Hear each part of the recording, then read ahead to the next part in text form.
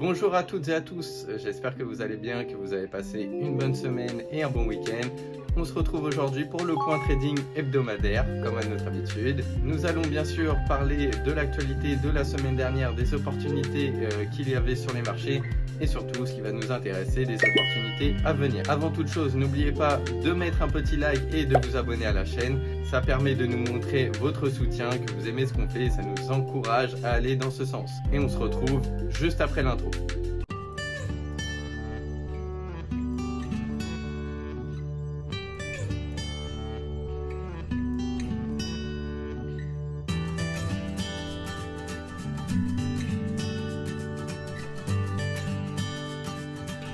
Nous allons commencer directement avec les annonces économiques. Donc la semaine dernière, c'était vraiment guidé par deux choses, donc notamment la BCE et la FOMC, donc la Banque Centrale Européenne et Américaine, qui annonçaient donc ces rehausses de taux, et d'une autre part des résultats d'entreprise. Donc on va commencer par la BCE et la FOMC. Donc l'un comme l'autre ont rehaussé ces taux de 0,50, et ce qui était prévu pour la FOMC, la Banque centrale américaine, mais pour la Banque centrale européenne, c'est la première fois en 11 ans qu'elle rehausse enfin ses taux. Félicitations à elle. Elle se rend compte enfin que pour contrer l'inflation, il va falloir faire quelque chose, et ils rehaussent enfin leurs taux. Donc comme je l'avais dit dans les vidéos précédentes, rehausser les taux, ça permet de contrer l'inflation. Voilà, donc c'est pour ça que les États-Unis ont commencé bien avant nous de le faire. Et c'est notamment aussi ce qui a joué sur la parité euro-dollar. C'est pour ça qu'on a vu pour la première fois depuis la création de l'euro, voilà, le dollar passer au-dessus avec un euro-dollar négatif, c'est-à-dire que 1 euro valait un petit peu moins d'un dollar. Donc voilà, c'est la première fois depuis sa création, et c'est notamment à cause de ça, à cause de la rehausse des taux qui a été faite aux États-Unis, qui rendait la monnaie de plus en plus forte, et nous de notre côté on ne faisait absolument rien, et ce qui a rendu notre monnaie de plus en plus faible. Et voilà, la parité est venue descendre petit à petit jusqu'à trouver un équilibre et même être un petit peu négatif pour l'euro-dollar. Concernant donc les annonces de sociétés, les annonces de résultats, on a eu notamment Tesla et Netflix en fin de semaine qui ont boosté un petit peu les marchés. Tesla a annoncé qu'elle arriverait à répondre de mieux en mieux à la demande, et donc à avoir une productivité plus rapide pour répondre aux demandes. Et d'un autre côté, on a aussi Netflix qui brassait un petit peu du noir depuis une longue période, car elle n'arrivait plus à acquérir de nouveaux clients. Là voilà, apparemment l'horizon s'éclaircit et c'est de mieux en mieux pour Netflix, et du coup ça a boosté un petit peu les marchés sur la fin de semaine. Nous, les semaines précédentes d'ailleurs, on est parti en voyage, on a été aux États-Unis. Vous avez peut-être vu dans nos stories, donc sur Instagram, juste ici, où vous pouvez suivre nos aventures en direct. On a été à New York et à Miami. À New York, on a été à Wall Street. On a pu rencontrer d'ailleurs le Albert Einstein de Wall Street, c'est son surnom, donc voilà, qui opère sur les marchés financiers à Wall Street même depuis plus de 30 ans. On a pu discuter un petit peu avec, et d'ailleurs il était en train d'investir sur le Dow Jones à ce moment-là. Donc voilà, c'était vraiment sympa, on a pu visiter un petit peu. New York comme Miami, c'est deux ambiances différentes, mais je vous recommande, c'est vraiment très sympa à faire. Voilà un petit peu pour les annonces économiques, on a fait un petit peu le tour. On se retrouve tout de suite maintenant pour l'analyse graphique. On commence sur le graphique du Dow Jones en unité de temps 1 heure. Donc le 18, le lundi dernier, donc on était ici. On a ouvert ici et on est monté justement jusqu'à cette zone. Si vous regardez un petit peu dans le passé, c'est vraiment une zone qui a très bien tenu, qui correspond à des plus hauts. Là c'était descendu énormément, c'est venu une fois toucher, deux fois, et cette zone tenait énormément. Donc là voilà, ça n'y a pas manqué, une fois de plus. Donc on est venu toucher cette zone directement après, donc belle réaction, belle vente.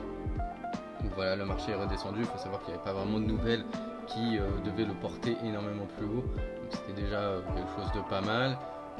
C'était donc toute logique que c'est revenu redescendre derrière. On est revenu sur le haut de range, donc le range que vous pouvez voir ici. On est revenu sur cette zone même qui a été un petit peu enfoncée, et après voilà, il est très bien reparti, énormément reparti. Donc c'est le Dow Jones, toujours sur le long terme, on verra plus souvent monter que descendre quand même de base, même si là c'est un contexte économique quand même très particulier. Et là on est venu donc vous voyez travailler ce plus haut ici. Donc on s'est arrêté énormément deux fois dessus, bien sûr un petit peu autour. Donc là vous voyez, tac, c'est redescendu, ça a touché ici. Donc si je zoome, c'est redescendu, vu. Voilà, à chaque fois, ça travaillait énormément cette zone. Donc là, il y avait un petit range assez sympa à travailler. Ça offrait pas énormément de points. On est à oui, un petit peu plus aux alentours de 200 points si vraiment on chopait les extrêmes. Donc on va dire que c'était plus aux alentours des 100-150 points. Et voilà le petit range qui a bien tenu. On a pu voir un petit excès. Donc là, grâce aux publications justement de Tesla et de Netflix. Donc voilà, quand c'est arrivé, il y a eu un petit excès avec une hausse. Et voilà, donc là après c'est revenu corriger un petit peu. Donc là on est lundi début de semaine, toujours la même zone, il y a eu une petite hausse et c'est revenu toucher ses plus hauts et derrière donc on voit des mèches, donc voilà on voit que c'est en train d'être travaillé. Voilà, donc ça tient bien, cette zone tient bien pour le moment.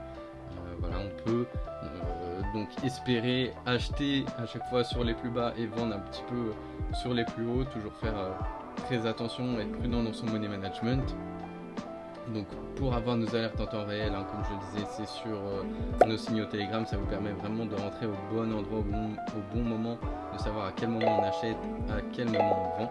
Donc voilà pour le Dow Jones pour l'instant, donc dans un range, on va être vraiment guidé donc, par les annonces de cette semaine, le PIB aux États-Unis, en Europe et aussi la rehausse des taux ou pas. Donc on va voir si ça va refaire corriger le marché, refaire descendre le marché ou alors le pousser, le propulser et faire casser encore ce range ici.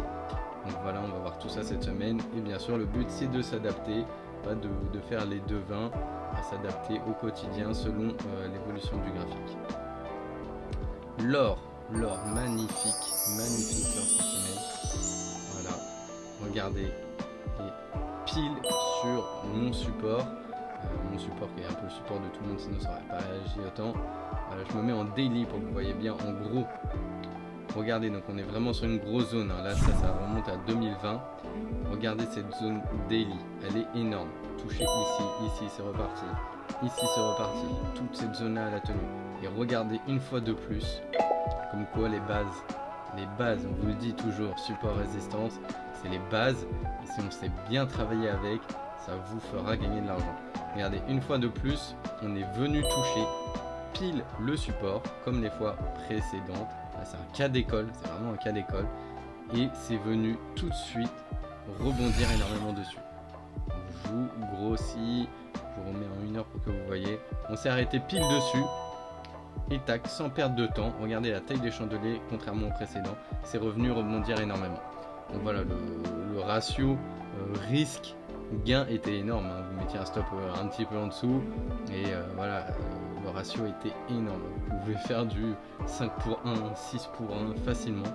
Donc voilà, c'était magnifique, trade magnifique sur l'or. Rien de plus à dire, juste magnifique.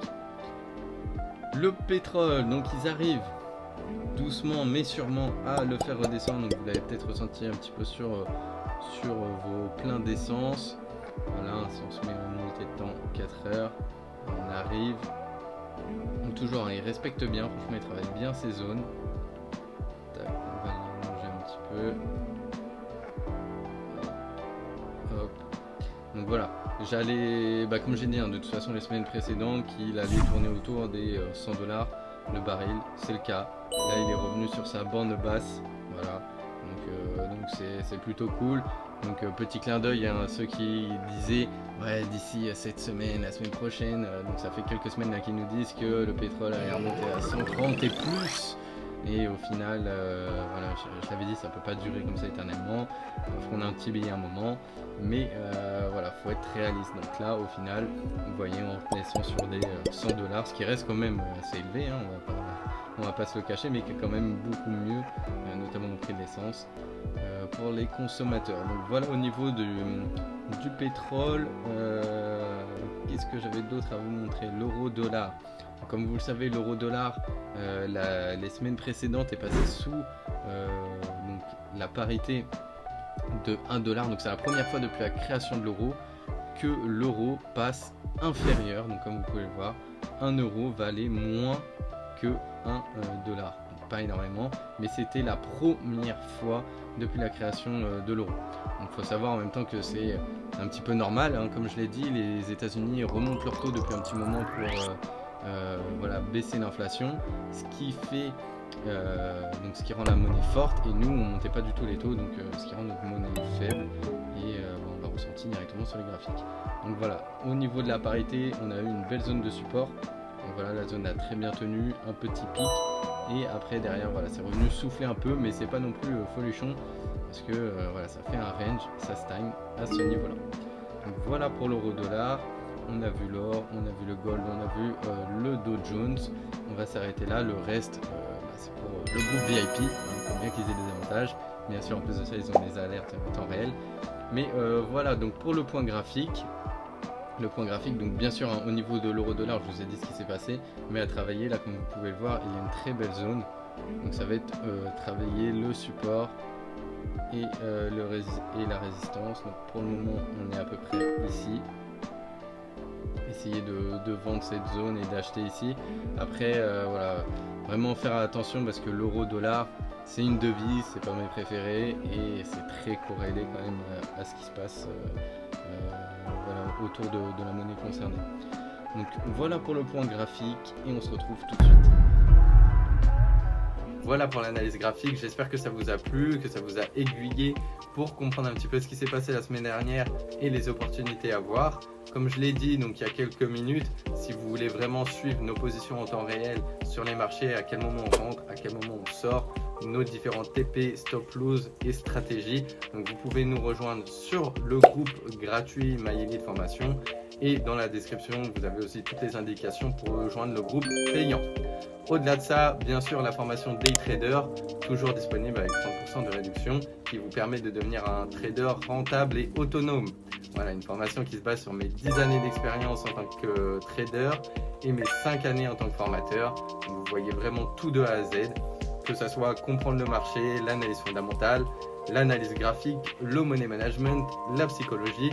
Le tout est constitué d'une mise en pratique continue et d'un coaching personnalisé. Donc c'est vraiment une formule exclusive, on est un petit peu les seuls à le faire et ça vous permet de devenir rentable et autonome assez rapidement directement avec les bonnes armes. Voilà pour le point trading hebdomadaire. Dans les vidéos prochaines donc qui vont sortir, comme je vous ai dit, on prépare des vidéos sur plusieurs thématiques.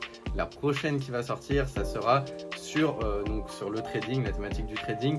Mais est-ce qu'il est possible de devenir rentable en trading, de générer vraiment des profits, et si oui, comment? Donc on vous explique tout de A à Z, les démarches à suivre, comment ça s'est passé pour nous et ce qu'on vous recommande avec les erreurs à ne pas faire. Donc voilà pour la prochaine thématique de vidéo. Pour ma part, je vous dis à très vite sur les marchés financiers.